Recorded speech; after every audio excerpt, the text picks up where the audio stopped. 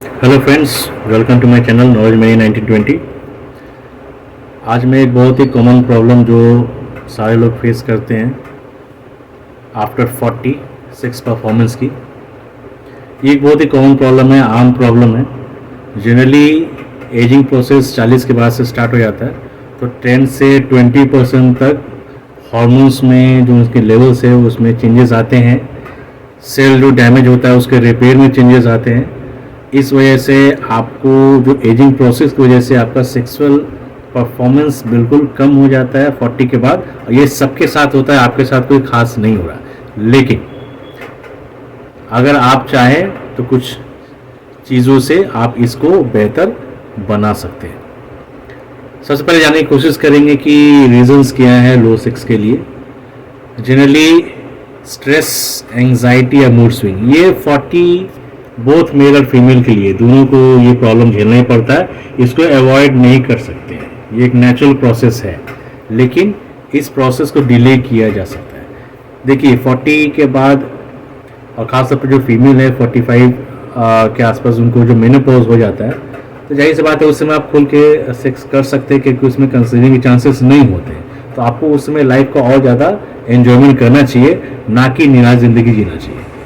तो सबसे पहले स्ट्रेस, एंजाइटी और मूड स्विंग की वजह से आपका लोअर सेक्स परफॉर्मेंस हो सकता है।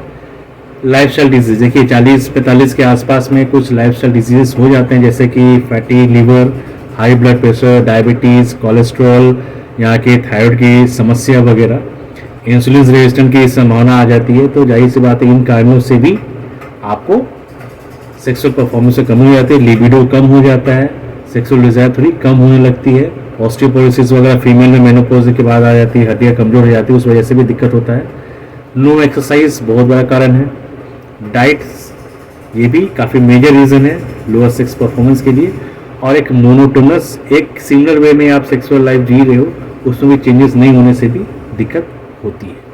अब हम लोग आके देखेंगे कि आप इस प्रॉब्लम को कैसे ओवरकम कर सकते हैं। तो इस चीज़ को कैसे हम लोग ओवरकम कर सकते हैं। सबसे पहला, योगा कीजिए, डीप ब्रीदिंग। इससे क्या फ़ायदा होगा, स्ट्रेस, एंजाइटी और मूड स्विंग को कंट्रोल रहेगा। जाहिर सी बात है सेक्सुअल परफॉर्मेंस करने के लिए सबसे पहले आपको स्ट्रेस फ्री रहना बहुत जरूरी है। स्ट्रेस सबसे मेजर कारण है जिस वजह से आपको लिबिडो में भी कमी आती है, सेक्सुअल परफॉर्मेंस में कमी आती है। देखिए ये हमेशा याद रखिए कि ये जरूरी नहीं कि आपका सेक्सुअल परफॉर्मेंस 5 मिनट 10 मिनट हो, जितना भी देर हो वो एक प्लेजरेबल होना चाहिए बोथ पार्टनर्स के लिए। जैसे मैंने बोला कि लाइफस्टाइल डिजीज कुछ आ जाती हैं, तो ब्लड टेस्ट वगैरह स्क्रीनिंग अपना करवाते रहिए। 40 के बाद मैंडेटरी है कि इसको, ये सब बीमारी जब तक ठीक नहीं होंगी आपका परफॉर्मेंस बेटर नहीं होगा। तो इस बीमारियों को भी हमें कंट्रोल करना है, तभी आपका सेक्सुअल परफॉर्मेंस इंप्रूव होगा। ये कोई खराबी चीज़ नहीं है। हमारा जो लाइफस्टाइल है, हमारा जो एजिंग प्रोसेस है, उसमें ये सब बीमारी आती हैं, सबके साथ होती है। पहले क्या होता था, थोड़ा सा लेट में आता था 50s में, लेकिन आजकल इतना पॉल्यूशन वगैरह है कि कुछ बीमारियां जो हमारा खान पान की गड़बड़ी है, इस बीमारियां पहले ही पकड़ ले रही है। तो आपको रेगुलर ब्लड टेस्ट करवाना है, स्क्रीनिंग करवाना है। अगर ये है तो अपने फिजिशियन से मिलकर इसको चेकआउट करवाएं। विटामिन डी, जैसे मैंने पहले बोला था कि मेनोपॉज में हड्डियाँ कमज़ोर हो जाती है फीमेल की। अब और हमारा भी लाइफस्टाइल क्या है कि हम लोग सिटिंग जॉब ज़्यादा हो गया है, धूप का एक्सपोजर नहीं मिलता, तो विटामिन डी की कमी हो जाती है। विटामिन डी की कमी होने से सेक्सुअल डिज़ायर में काफ़ी कमी आता है, रिसर्च के अनुसार ये बात प्रूव्ड है। तो आपको विटामिन डी की कमी को भी चेक करना चाहिए। अगर है तो आपको नेसेसरी जो सप्लीमेंट आते हैं डॉक्टर से परामर्श करके बोले। ये सब एक्सरसाइजेस जो हैं, स्विमिंग, ब्रिस्क वॉकिंग मतलब तेज चलना, साइकिलिंग, ये आपको करना चाहिए हमेशा। देखिए जो भी मजदूर हैं, जो ज़्यादा मजदूरी करते हैं, वो जो बोझा ढोते हैं या जो मिस्त्री होते हैं जो बिल्डिंग बनाते हैं, उनका सेक्सुअल परफॉर्मेंस बहुत ज़्यादा रहता है 40 के बाद भी। क्यों? क्योंकि उनका पूरा बॉडी का ब्लड सर्कुलेशन, फिजिकल एक्टिविटीज बढ़ जाता है। लेकिन हमारा क्या है, सिटिंग जॉब है, हम लोग कहीं जाते नहीं है इधर उधर, दिन भर अपने लैपटॉप आगे बैठे रहते हैं, तो इस वजह से ब्लड सर्कुलेशन नहीं हो पाता। अगर आप इन एक्सरसाइजेस को करोगे तो ब्लड सर्कुलेशन बढ़ेगा, ब्लड फ्लो फीमेल्स में ब्रेस्ट में वजाइना की तरफ जाएगा, मेल में आपको पेनिस तरफ जाएगा। इससे क्या होगा, ब्लड सर्कुलेशन जितना प्राइवेट पार्ट्स में बढ़ेगा उतना ही ज़्यादा इरेक्शन और स्टेमिना भी आपका बढ़ेगा। फास्ट फूड को अवॉइड कीजिए और फाइबर ज़्यादा अपने खाने में डालिए। ये सब चीज़ों को आप करिएगा तो आपका बिल्कुल परफॉर्मेंस बढ़ेगा ही बढ़ेगा। शुगर को बिल्कुल अवॉइड करना है। जो भी प्रोसेस्ड शुगर है, चीनी बोलते हैं, उसको अवॉइड कीजिए। उसके जगह आपको क्या करना है, उसके जगह आपको जो भी फ्रूट्स है उसमें जो मीठापन आ रहा है, आप एप्पल खाइए, बनाना खाइए, इससे खजूर खाइए, इसमें जो मीठापन है वो आपके लिए हेल्दी है, वो आपको हार्मोन लेवल में इंप्रूवमेंट करेगा, वो आपके स्टेमिना में इंप्रूवमेंट करेगा। शुगर आपके स्टेमिना को घटाएगा और शुगर इसकी वजह से आपका सेक्सुअल डिजायर भी काफ़ी कम होता है। कोल्ड ड्रिंक्स को अवॉइड कीजिए, इसमें भी काफ़ी मात्रा में शुगर होता है, ये आपके लिए सेहत के लिए अच्छा भी नहीं है। ड्राई फ्रूट्स में मैं आपको काजू अवॉइड करने के लिए बोलूँगा, उससे जगह पर आप अखरोट और बादाम खा सकते हैं। व्हाइट सॉल्ट जो आप यूज़ करते हैं उसको अवॉइड करके आप सेना नमक खाइए, उसमें आपको इंप्रूवमेंट नज़र आएगा। और ये जो चीज़ें हैं बिल्कुल न्यू सेक्स पोजिशंस, जैसे मैंने यहाँ पे देखा मोनोटोनस एक बोरियत आती है, फीलिंग आती है, तो आप हमेशा न्यू सेक्स पोजिशंस को ट्राई कीजिए। देखिए, एक एज के बाद आप कोई भी काम लगातार करते जाओगे तो एक एज के बाद वो पुराना लगने लगेगा, बोरियत आने लगेगी, आपको नयापन ट्राई करना ही है।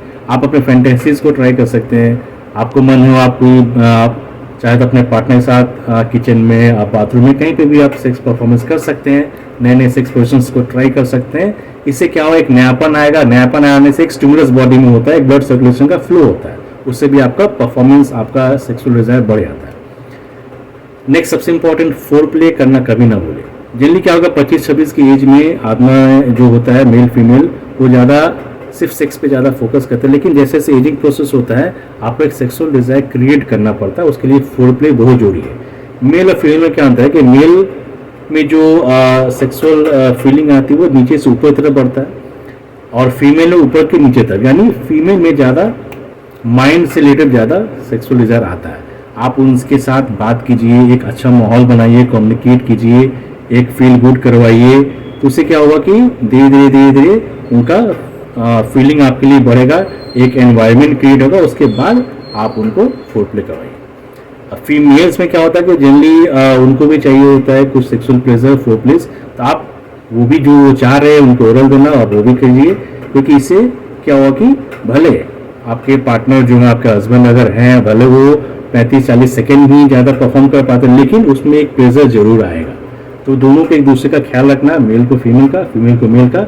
हाँ, फीमेल के साथ ये है कि आपको उनके मेंटल लेवल को पहले नॉर्मल करना होगा, उनके साथ एक पॉजिटिव एनवायरनमेंट क्रिएट करना होगा, तब ज़्यादा उनको सेक्सुअल प्लेजर मिलेगा। आउटफिट्स वगैरह, एक एम्बियंस जो भी है, आप अपने ड्रेसअप को देखिए, किस तरह से आपके पति हस्बैंड अट्रैक्ट हो सकते हैं, आउटफिट्स उसको चेंज कीजिए।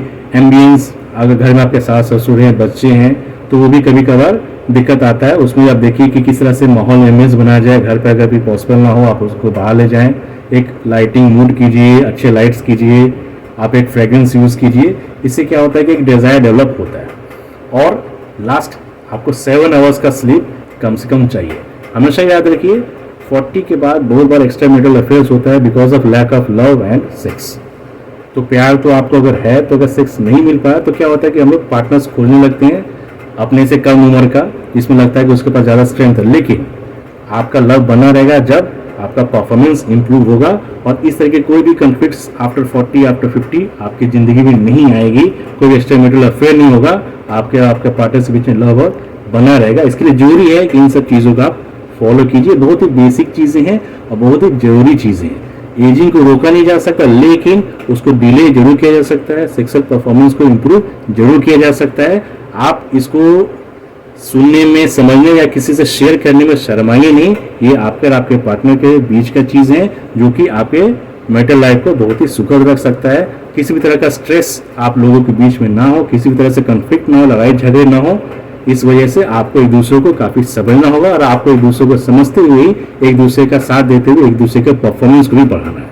तो फिर मिलते हैं अगले वीडियो में एक नए और इंटरेस्टिंग वीडियो के साथ। तब तक के लिए stay fit, stay healthy. Thank you.